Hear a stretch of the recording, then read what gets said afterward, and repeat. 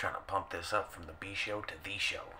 And I know it's going to disappoint you, but let me break the fourth wall like the Shockmaster. I still will not conform and write anything down. I can talk about this shit all day off the top of my head, and I don't even care if I get my facts right, because I'm not a Meltzer Mark or a wrestling quote-unquote journalist. Because I'll tell you, I don't know if you know this or not, it's all fake. They're not getting real scoops. So the fact you guys clamor around all these journalistic wrestler YouTube channels is kind of fucking pathetic. Because you can't just sit there and enjoy the show like a regular fan. You gotta be a Meltzer Mark. And let me ask you another question. Has knowing spoilers ever enhanced your viewing experience? I know it's never enhanced mine. I'm not too keen on spoilers myself. I like to be surprised. I don't need to know the standings of a superstar's contract, with exception of maybe knowing where they're going next, or knowing there might be a possibility of them going somewhere else. That would be the only reason I would even show any interest, but other than that, I still don't even go searching that stuff out. What does that do for me personally? What does it do for me to know how much these people make? What does it do for you? Does it make you feel better to know that they're making high six figures? To enjoy the match better? What does it do for you? What does it do for your fantasy booking to know how much they make, or who they're dating, or where they live, or whose podcast they're doing? It's a little obsessive. Now, I'm like everyone else. I myself enjoy a shoot interview, or just a regular interview where they're being themselves out of character. But other than that, I don't need to know their contract salary. I don't need to know if they're happy with the booking, or if they're happy that they're a mid-carder. That's irrelevant to me. I'd rather talk about how wrestling makes me feel, or made me feel, what got me hooked, what makes me happy about it, what makes me mad. The fact that everybody croons over a British person with a pleasant disposition telling you that this person was taken off the WrestleMania card because they might have been pregnant. Who the fuck cares? Who cares?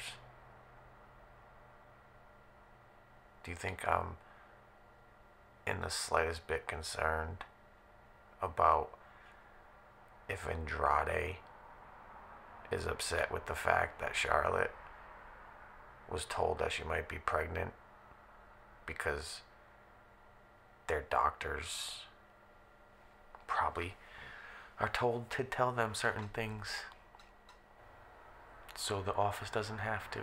I mean, it would make sense that they're strongly advised to maybe push along an agenda of getting a wrestler to get out of there. She's been building up a lot of heat with her little boy toy. Does that make you happy? Is that what you want to talk about? Because I have no idea how that enhances your wrestling experience. How that gets your juices flowing. Do you not have a life? Do you live and breathe by this stuff so much so that you have no other hobbies to dedicate your time to?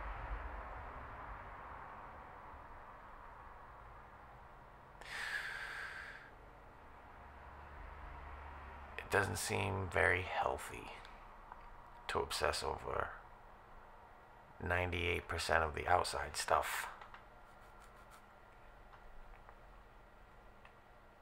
Because it doesn't enhance the match, doesn't enhance your viewing experience to know that somebody has a fucking hangnail.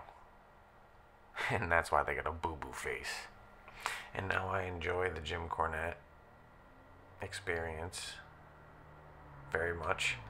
I enjoy wrestling with regret because he does different things for the most part.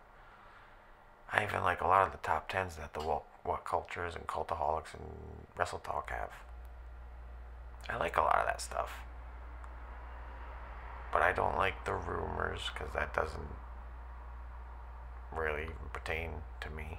Doesn't even pertain to what I'm watching wrestling for. I don't care about contracts, backstage politics. I don't care. I like to talk about why I like wrestling, the things in wrestling that I like. I like to talk about fantasy bookings. Why not? Because I think it's a lot more interesting than the shit that's out there. Again, don't even get me fucking going on Dave Meltzer. I was a lot like a lot of you out there who actually liked Meltzer for the longest time. And then probably about 10 years ago I started realizing that what's more sad than Dave fucking Meltzer? It's sad that you would put that much time into a business that could give two shits about you. The only reason that they care is you're the only one who does the 5-star rating. That's it. If there was another one that became popular, which is probably going to happen when you eventually retire, you're going to become irrelevant.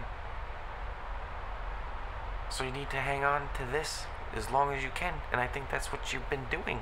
Because you're as surprised as everyone else, and especially me, that you've been on this fucking long. And now I can hear it now, all you little fucking Meltzer marks commenting, oh, well, what have you ever done? You got cars in the background of your fucking videos, and you got your central air going off, and your heat, it's loud and whatever. Yeah, you can still hear me talking, can't you? I haven't dedicated my life to trying to be a fucking YouTuber.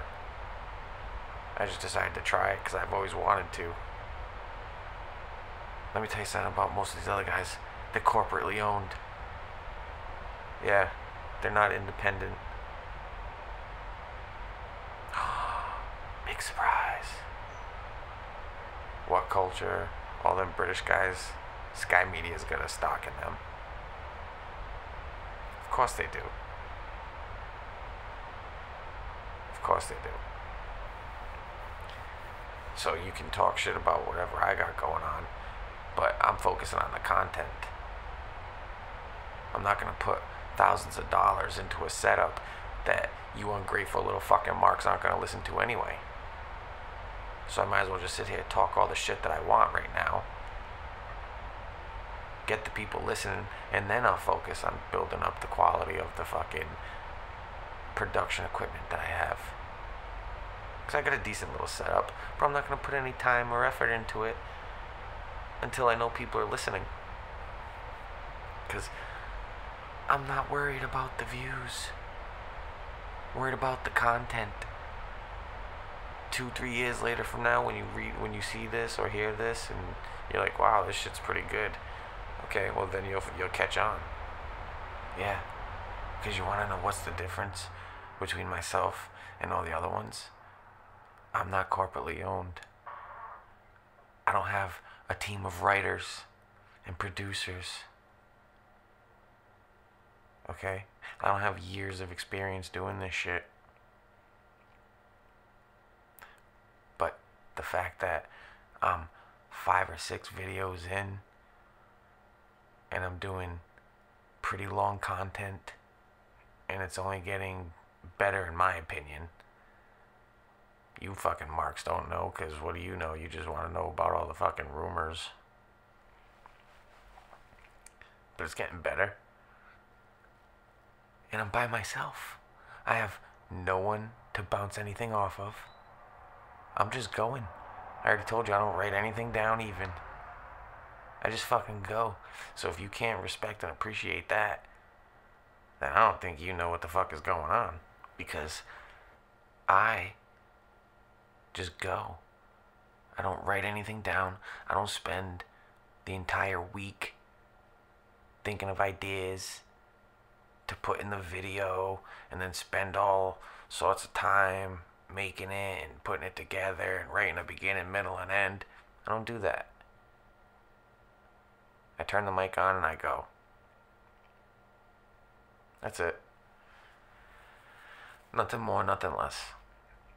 It's all on the fly. So whatever I want to talk about, I talk about. I don't give a shit if it's got a format. I don't give a shit if I got bits. I don't give a shit if I got top tens. I don't care. Because I can almost guarantee you there's no one that just presses record and wings it. Unless, live podcasts and radio shows that have been doing this for years or whatever.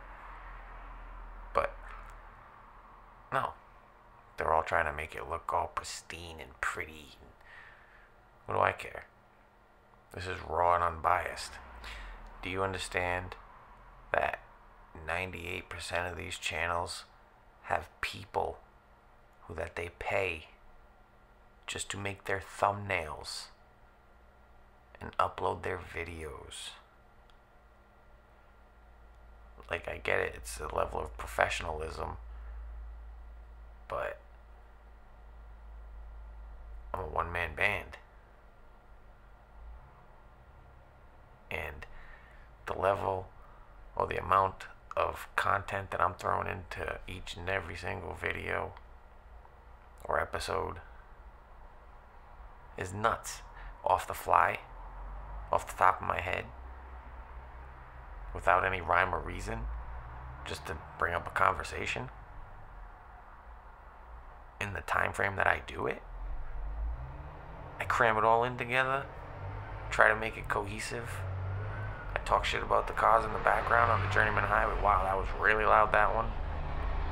I'm not even gonna edit it out, because you're fucking marks and you're gonna listen to it anyway. I mean, I don't even know if you actually pay attention, but all of the topics that I touch on in all of my episodes could be episodes to their own. And I just throw them out there as conversation pieces. I could be making a video in each one. Just my first video alone, I could have had 3-4 months of content. But I don't have that kind of time. I like to hop on and ramble. But apparently no one appreciates creativity, originalism, originality. Originalism isn't even a word. Originality.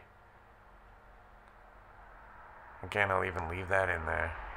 I mean, just because I'm a bad motherfucker like that, I'm in a league of my own. You're not on my level. None of you.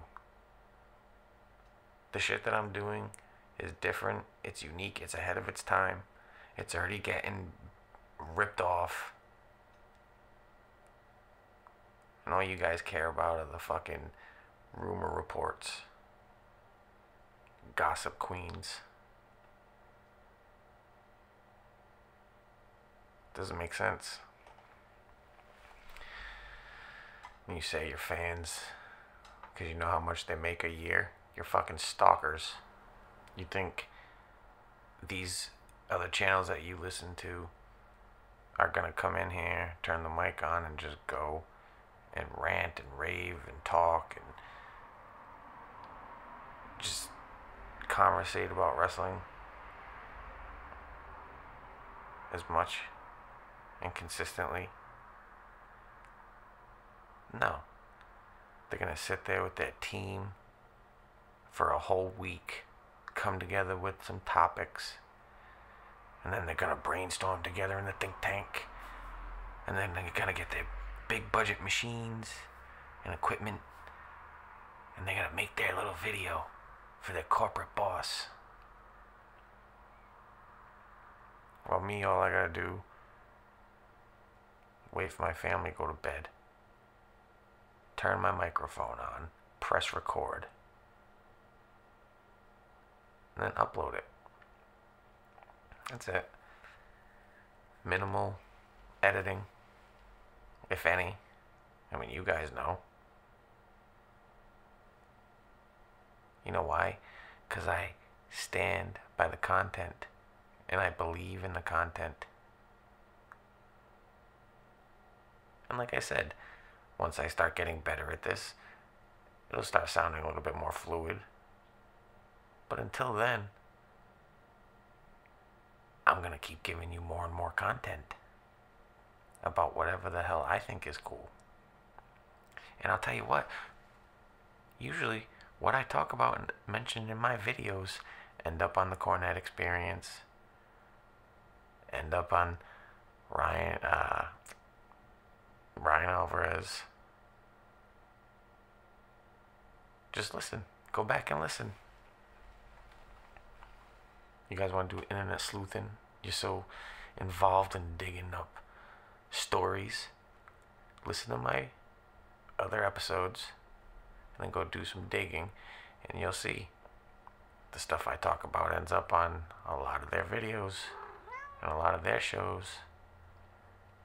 Now I got my cat talking shit to me. You guys see? You understand yet? That's how much of a bad motherfucker I am. I could have cars in the background, a cat meowing. I could have doors slamming, kids screaming in the background, and I could still come up with more content in a half-hour video than most of these people can in a week. With a team full of people, thousands of dollars worth of equipment, years of experience, sources on the inside. What else? College educations in broadcasting. I've got none of it. I've got more passion, and I think I've got a pretty eclectic style of things that I like and interest. So stick around. You're bound to listen. You're bound to hear something that you like, even if you like to hear people stutter and stammer, so you can make fun of them, which would be fucked up. But it's here to do it if you want to do. These other guys take 10 takes. They have producers and directors. And I get it if that's what you're into. You're into presentation and not content. But, you know, I don't want to make it seem like I'm bashing you guys, but I think you